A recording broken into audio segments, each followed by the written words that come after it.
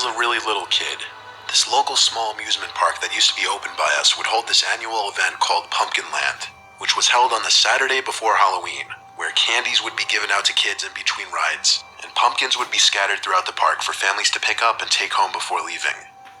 I always looked forward to it, and this one particular year when I was 7, we were going right after my soccer game.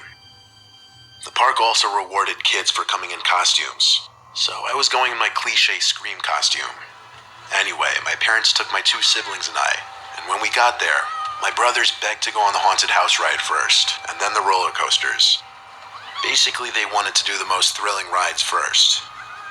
Anyway, my mom and 2 brothers got in one of the cars for the haunted house ride. Since they only seated 4, my dad stayed with me on the line so we could ride together. And I think as I started to get cold feet, I felt like I needed to use the bathroom. So we got off the line, and my dad led us to the bathroom. He went too, but I finished first, so I waited outside the bathroom. I waited for a while. I was kind of confused. Eventually I went back to the bathroom, and my dad wasn't in there. That's when I started to panic. I was alone in a huge crowd of people, and at 7 years old I was actually scared of being lost. Eventually a man came up to me and asked where my parents were. I told him I couldn't find my dad, and I asked him for help. He took my hand and said, "We're gonna go find them."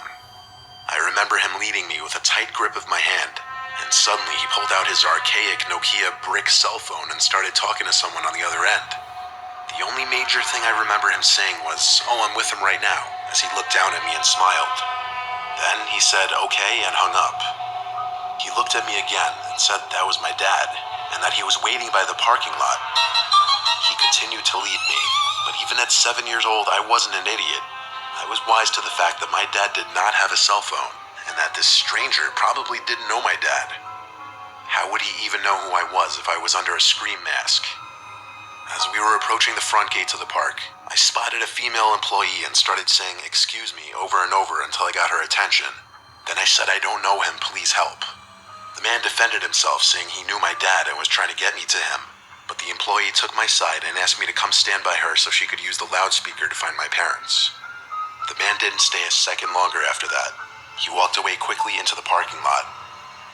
The employee announced over the park intercoms that a child in a Scream costume was missing his parents and gave my name.